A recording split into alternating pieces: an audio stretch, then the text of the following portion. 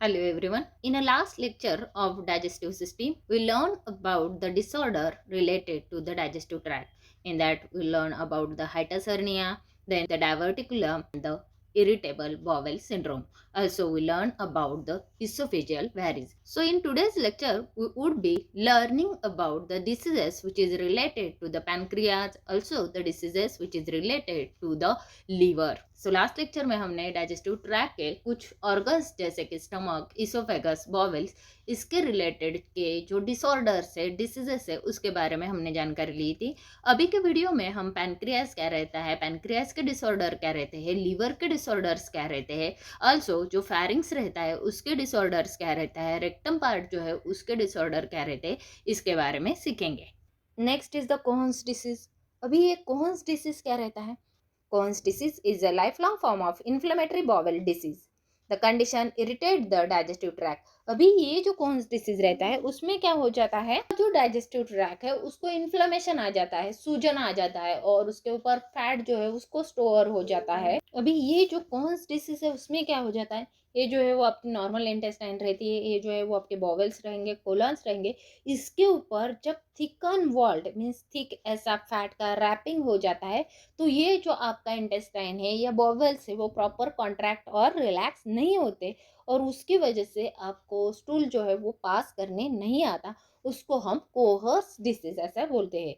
तो अभी आपको समझ में आया कोहर्स डिसीज जो है वो क्या रहता है, नॉर्मल इंटेस्टाइन और एबनॉर्मल इंटेस्टाइन, इसमें फैट का रैपिंग रहता है। अल्सो फैट जो है वो इसकी वजह से ये जो इंटेस्टाइन है इतना हार्ड हो जाता है कि उसमें फिशर्स जो है वो फॉर्म हो जाते हैं और फिशर्स से ब्लीडिंग जो है वो फॉर्म हो जाती है। फिशर्स मीन्स में एक ओपनिंग फॉर्म हो जाता है। The next is the सिलियाक disease. अभी ये सिलियाक डिसीज क्या रहता है, एक ऑटोइम्यून डिसऑर्डर मीन्स उसको कंसिडर किया जाता है, लेकिन ये जो है वो आपने ग्लूटेन का कंजम्पशन किया तो आपकी बॉडी जो है उसको डैमेज हो जाती है और उसका प्रॉपर डाइजेशन नहीं होता। ग्लूटेन जो है वो आपके प्रोटीन में फाउंड आउट होता है और प्रोटीन ग्लूटेन का जब आप कंजम्पशन करते हैं, जैसे कि आपने व्हीट खाया, बार्ली खाया, इसकी वजह से भी आपकी जो बॉडी हो डैमेज हो जाती है। Celiac disease is a autoimmune disorder that can be damage your small intestine.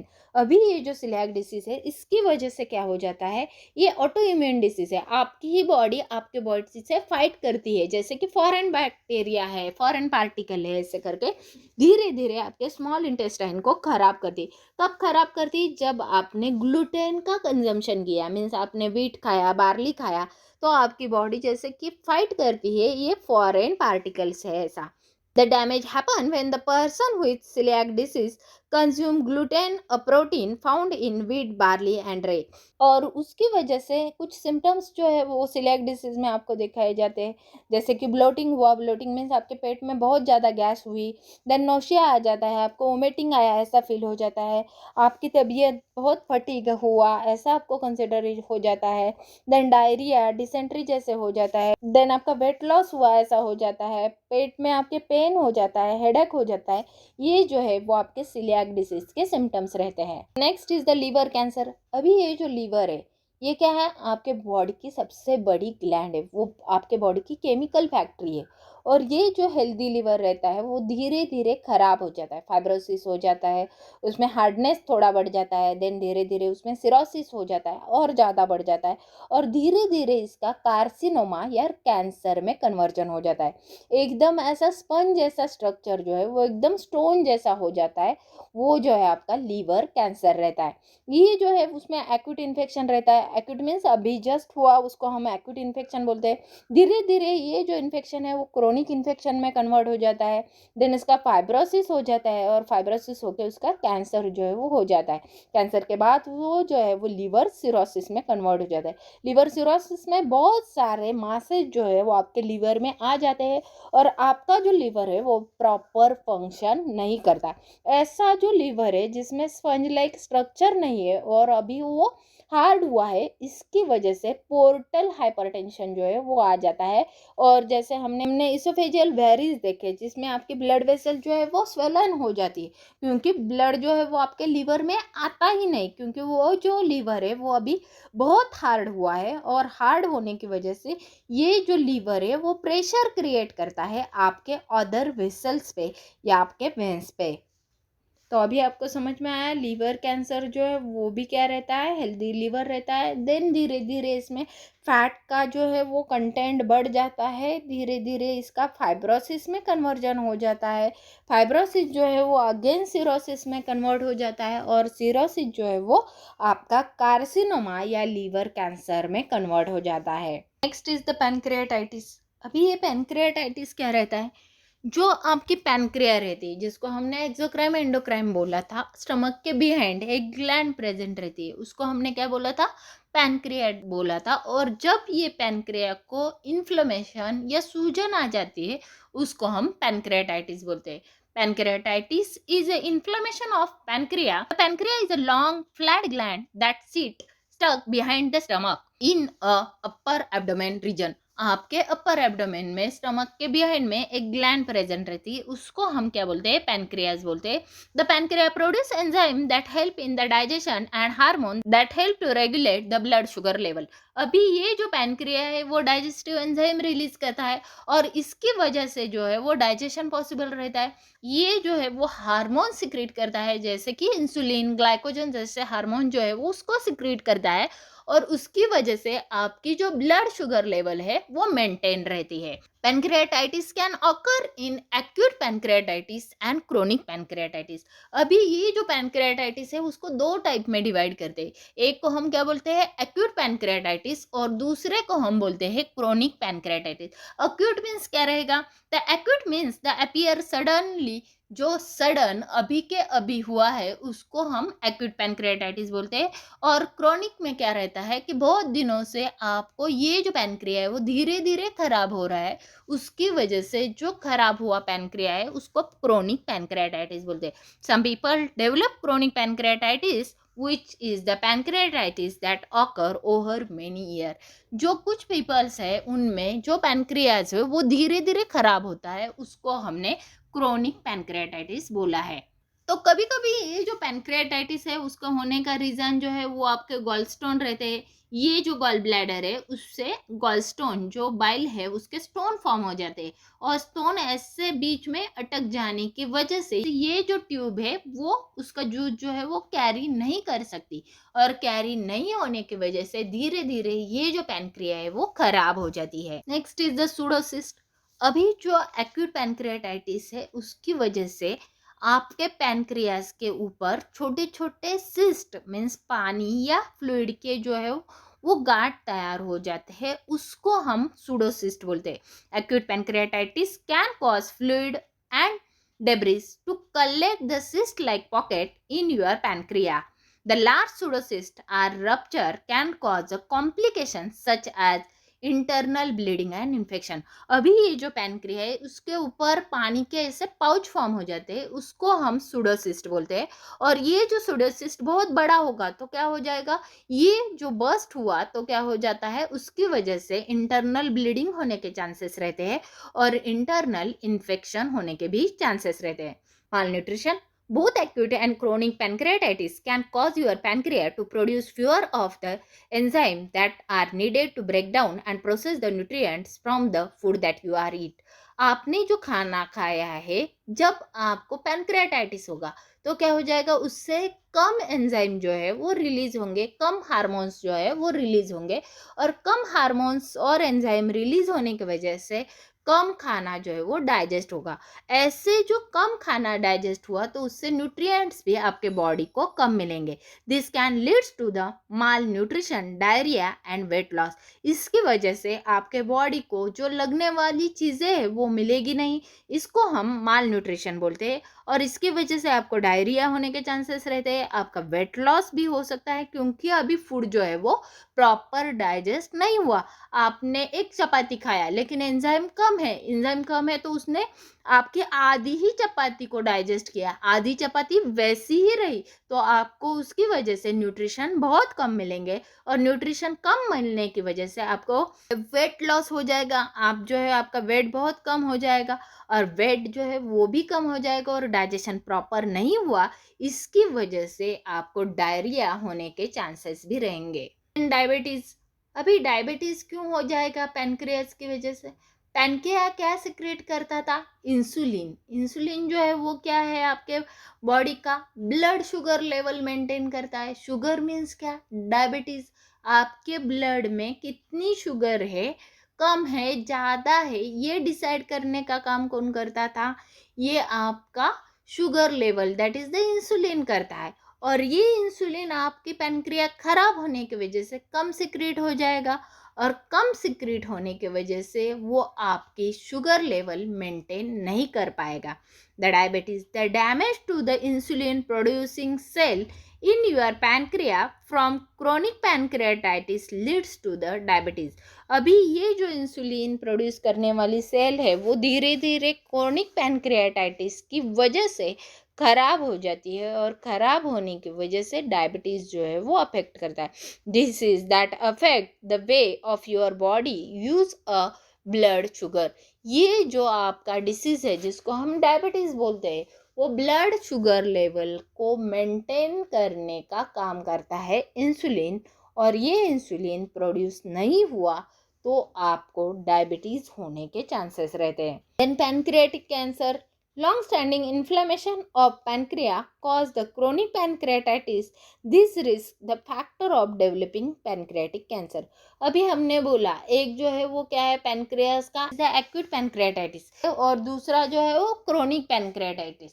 Acute है तो इसमें इन्फ्लेमेशन जो है वो इमीडिएट हो जाएगा, लेकिन जो क्रोनिक है उसमें जो इन्फ्लेमेशन है वो बहुत सालों से धीरे धीरे धीरे धीरे करके हो जाता है, और धीरे धीरे के आपका पैनक्रिया खराब हुआ, और जो चीज़ खराब है वहाँ पे कैंसर हो जाता है, क्योंकि वहाँ पे जो एबनॉर्मल सेल्स है वो बहुत ज़्यादा बढ़ जाते हैं, और उसकी वजह से क्रोनिक पैनक्रियाटाइटिस में पैनक्रियाटिक कैंसर के चांसेस बहुत ज़्यादा रहते हैं। तो यहाँ पे ये जो है ये पैनक्रिया है, पैनक्रिया को ये जो है वो एक्यूट पैनक्रियाटाइटिस है, तो धीरे धीरे जो है वो क्रोनिक पैनक्रियाटाइटिस हो जाता है।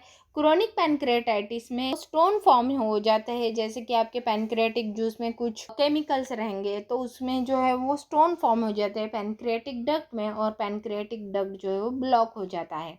देन यहाँ पे ये जो है वो गॉल ब्लैडर रहता है। गॉल ब्लैडर में जब स्टोन फॉर्म हो जाते हैं उसको हम गॉल स्टोन बोलते हैं।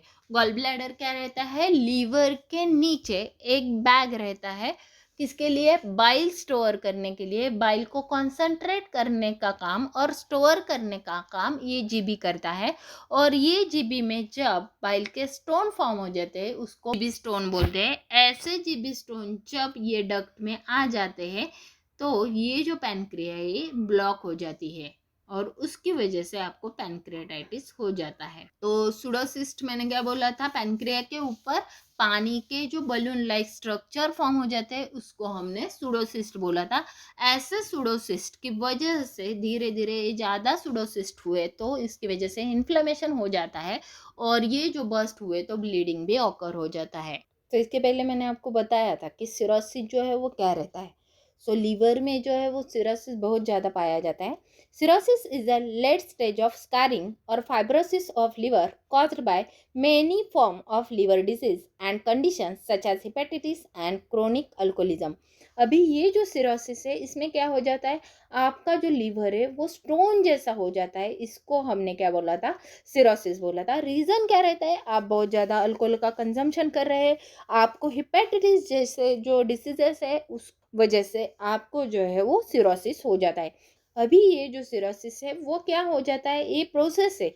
इसमें जो है पहले फैटी लिवर रहता है, फैटी लिवर के बाद इसमें क्रोनिक लिवर चेंजेस हो जाते हैं, देन धीरे धीरे इसमें फाइब्रोसिस हो जाता है, फाइब्रोसिस के बाद इसमें कैंसर जो है वो फॉर्म हो जाता है, और कैंसर के बाद सिरोसिस हो जाता है। मीन्स ऐसा है क्या इमीडिएट आपको सिरोसिस हो जाता है, ऐसा नहीं है।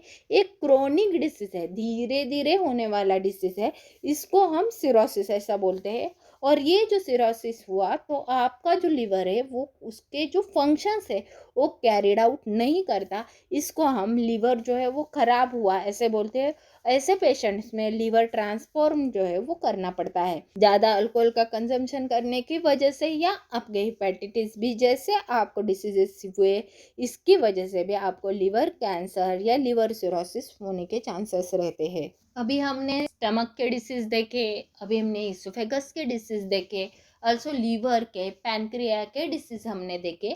अभी हमको देखना है कि फेरिंग्स जो आपका थ्रोट रहता है उसको क्या क्या डिसीज हो जाते हैं। So dysphagia is a trouble swallowing because of muscle weakness, nerve damage और डिसीज। अभी ये जो डिस्पेंजिया है ये क्या है, आपका जो थ्रोट है वहां से निगलना है और निगलने को नहीं आ रहा है। क्यों नहीं आ रहा है? क्योंकि आपके वहाँ के मसल्स वीक हुए हैं, क्योंकि आपके नर्व डैमेज हुए। नर्व डैमेज हुए मीन्स क्या, आपकी जो ट्राइजेमिनल नर्व है वो खराब हुए और आपके ब्रेन को सिग्नल ही नहीं जा रहा है कि आपको निगलना है।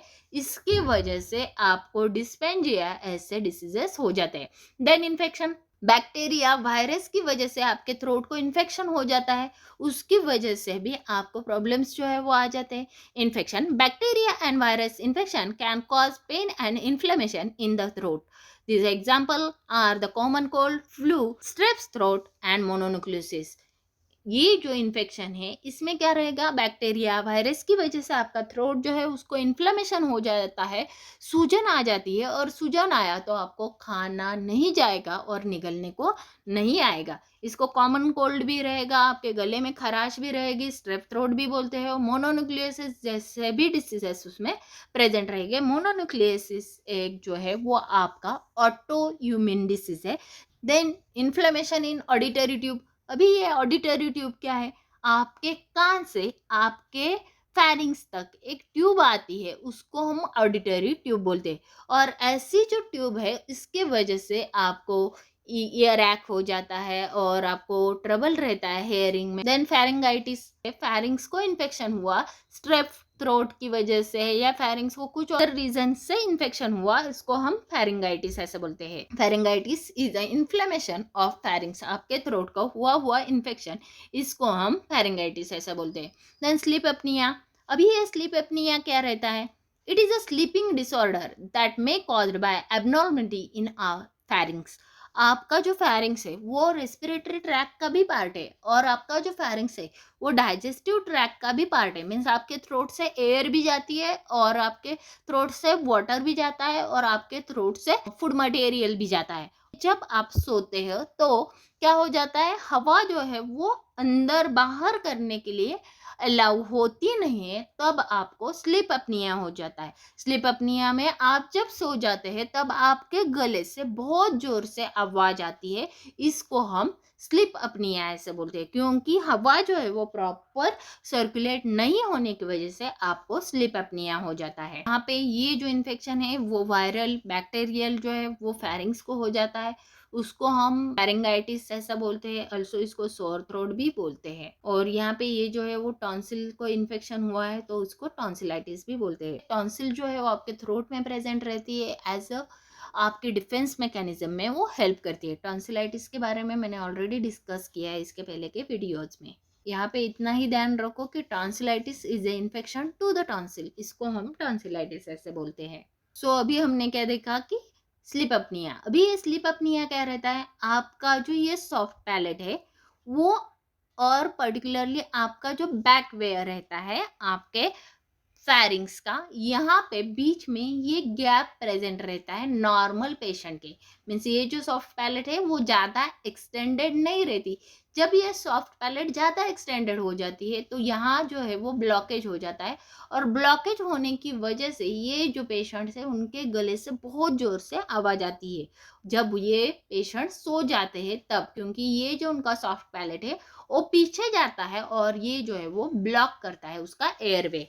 तो इसको हम जो है उल्वा बोलते हैं, और ये जो उल्वा है वो बहुत एक्सटेंडेड होके ब्लॉक करती है पाथवे। तो इसको हम स्लीप अपनिया ऐसे बोलते हैं। अभी ये सब जो है वो आपके डाइजेस्टिव ट्रैक्ट के प्रॉब्लम है, लेकिन ये जो डाइजेस्टिव सिस्टम है उसको हेल्दी रखने के लिए आप क्या कर सकते हैं। Then lastly haemorrhoids. अभी ये हिमोराइड्स क्या रहता है, एनस के वहाँ पे एक लम्प फॉर्म हो जाते हैं, उसको हम हिमोराइड्स ऐसा बोलते हैं। एनस जो है वो आपका एक्सटर्नल ओपनिंग रहता है वेस्ट मटेरियल को पास करने वाला। सो वहाँ पे जब आपको पेनफुल इचिंग रहता है तब ये है, इसको हम हिमोराइड्स बोलते हैं। हिमोराइड्स आर इची और painful lumps that occur in and around the anus. Anus के अंदर और एनस के बाहर और सराउंडिंग में जब ऐसी गार्ड जैसा स्ट्रक्चर फॉर्म होता है और उसको ईचिंग रहता है, उसको हम हिमोराइड्स बोलते हैं। Lump contain swollen blood vessel. अभी ये जो लम्प्स है उसमें कौन सी सेल्स नहीं प्रेजेंट रहती, उसमें सोलन ब्लड वेसल, जो ब्लड का सप्लाई करने वाली वेसल रहती है वो फूल जाती है, स्वेलिंग आ जाता है, इसकी वजह से आपको हिमोराइड्स हो जाता है। Haemorrhoid can cause bleeding when you are go to the toilet. अभी ये जो हेमोराइड्स है वो बर्स्ट होने की वजह से, क्योंकि ये जो है वो ब्लड वेसल्स है और ब्लड वेसल बर्स्ट हुए तो क्या हो जाएगा, जब आप टॉयलेट को जाते हैं तब उसमें ब्लीडिंग कॉज होता है। You might notice bright red blood on the toilet paper or in the toilet. If you found the blood on the toilet paper or the toilet, always seek the medical advice. ये जो haemorrhoids है इसकी वजह से आपको जो है वो ब्लीडिंग कॉज हो जाता है। They can be painful, uncomfortable and cause the rectal bleeding. इसकी वजह से आपको पेन हो जाता है, आप अनकंफर्टेबल हो जाते हैं क्योंकि स्टूल आप प्रॉपर पास नहीं कर सकते, पू जो है वो आप इजीली पास आउट नहीं करने की वजह से आप इरिटेबल डिस्कम्फर्ट हो जाते हैं और आपको रेक्टल ब्लीडिंग जो है वो भी कॉज हो जाती है। सो ये जो है वो आपका एनस रहता है। एनस के अंदर ये जो इन्फ्लेम ऐसी ब्लड वेसल्स रहती है उसको हम हिमोराइड्स ऐसा बोलते हैं। अंदर के साइड में रहेगी तो इसको इंटरनल हिमोराइड बोलते हैं, तो बाहर के साइड में रहेगी तो उसको एक्सटर्नल हिमोराइड्स ऐसा बोलते हैं। कभी कभी ये जो हिमोराइड्स है वो भी प्रेजेंट रह के कभी कभी यहाँ पे एक एनल फिशुला ऐसा स्लिट ओपनिंग जो है वो भी हो जाता है, उसको हम एनल फिशुला ऐसा बोलते हैं। तो कभी कभी फिशर भी उसमें फॉर्म हो जाते हैं। आपका जो एनल कैनल है वहाँ पे ऐसे स्लिट जैसा चीरे लगे ऐसा जो ओपनिंग वहाँ पे प्रेजेंट रहता है उसको हम एनल फिशुला ऐसा बोलते हैं। तो एनल अपसेस, कभी कभी आपके जो एनल है वहाँ पे अपसेस और सेप्सिस होने के भी चांसेस रहते हैं, इसको हम एनल एब्सेस ऐसा बोलते हैं। अभी ये सब जो है वो आपके डाइजेस्टिव ट्रैक्ट के प्रॉब्लम है, लेकिन ये जो डाइजेस्टिव सिस्टम है उसको हेल्दी रखने के लिए आप क्या कर सकते हैं। सबसे पहले आप बहुत ज़्यादा पानी पियो, इससे आपकी डाइजेस्टिव सिस्टम जो है वो हेल्दी रहेगी। Drink water often. Water help to food to eat and flow easily with a digestive system. इसकी वजह से, वाटर की वजह से आपने जो खाना खाया है वो आपके डाइजेस्टिव सिस्टम में इजीली मिक्स होता है। Low amount of water in the body, dehydration is common cause of constipation. अभी कम पानी पिया, ये इसकी वजह से आपका स्टूल हार्ड हो जाएगा, हार्ड ड्राई होने की वजह से आपको कॉन्स्टिपिकेशन का तकलीफ होगा। Include fibre in your diet. Fibers are beneficial to digest and help the body to regulate the bowel movement. आपने फाइबर कंटेनिंग डाइट लिया तो आपका जो वेस्ट है इजीली बाहर पास आउट होने में उसमें मदद हो जाती है और आपकी जो बॉवल्स की मूवमेंट है वो भी प्रॉपर हो जाती है। सो कुछ जो है वो सॉल्युबल फाइबर्स रहते हैं, कुछ जो है वो इनसॉल्युबल फाइबर रहते हैं। दोनों भी फाइबर आपके डाइट में होना जरूरी रहता है। Eat balance diet. Be sure eat a several serving of food vegetable every day. choose the whole grain. आप जो है वो बैलेंस डाइट ले लो, आपके खाने में फूड होना चाहिए, फ्रूट होना चाहिए और वेजिटेबल भी होने चाहिए, और सो ग्रेन्स भी आपके डाइट में होने चाहिए। The next is the exercise. Physical activity and gravity help to move your digestive system, आपने ज़्यादा एक्टिविटी की है तो आपके जो डाइजेस्टिव सिस्टम है उसमें जो खाना है वो आगे ढकेलने में मदद हो जाती है। Taking walk for example, after eating a meal you can help your body to digest the food more easily. आप खाना खाने के बाद थोड़ा सा चलेंगे फिरेंगे तो आपका जो है वो डाइजेस्टिव सिस्टम के लिए हेल्प होगा, आपका जो खाना है उसको प्रॉपर डाइजेस्ट करने में। अवॉइड अल्कोहल एंड स्मोकिंग, आप जो है वो अल्कोहल का कंजम्पशन कम करो, इसकी वजह से एसिडिटी या एसिडिक जो है आपका नेचर स्टमक का रहेगा। Stomach can cause heart burn, इसकी वजह से आपके चेस्ट में पेन होगा, एसिड रिफ्लक्स होगा, स्टमक अल्सर होगा। also स्मोकिंग की वजह से भी आपको एसिड रिफ्लक्स होने के चांसेस रहते हैं। अल्कोहल है और स्मोकिंग है उसको अवॉइड करना जरूरी है। Manage your stress, stress associated with the digestive issues such as the constipation, diarrhea और IBS। अभी ये जो स्ट्रेस है, आपके जो स्ट्रेस रहता है वो भी आपके डाइजेस्टिव सिस्टम को अफेक्ट करता है। आप टेंशन में रहेंगे तो आपका डाइजेस्टिव सिस्टम जो है वो प्रॉपर वर्क नहीं करता। आल्सो इरिटेबल बॉवल सिंड्रोम जिसको बोलते हैं वो भी आपको कॉज हो जाता है। कॉन्स्टिपिकेशन और डायरिया होने के चांसेस भी रहते हैं। तो हमने क्या बोला, ईट मोर फाइबर, बहुत ज़्यादा फाइबर जो है वो आप ले लो। ड्रिंक मोर वाटर, बहुत ज़्यादा पानी आप पियो। और एक्सरसाइज भी आप ज़्यादा करो, इसकी वजह से आपकी जो डाइजेस्टिव सिस्टम है वो हेल्दी रहेंगी। सो यहाँ पे अपना जो डाइजेस्टिव सिस्टम है उसका पूरा सीरीज कंप्लीट हुआ है। फर्स्ट पार्ट में मैंने इंट्रोडक्शन बोला, तो सेकंड पार्ट और थर्ड पार्ट जो है उसका ऑर्गन्स का और पाथवेज का रहेगा। और जो फोर्थ पार्ट है उसमें मैंने पूरे डिसऑर्डर जो आपके स्टमक के रिलेटेड है, आपके डाइजेस्टिव सिस्टम के रिलेटेड है, उसके बारे में पूरी डिस्कशन की है। सो नेक्स्ट लेक्चर में हम रिप्रोडक्टिव सिस्टम सीखेंगे। Thanks for watching and don't forget to like, share and subscribe.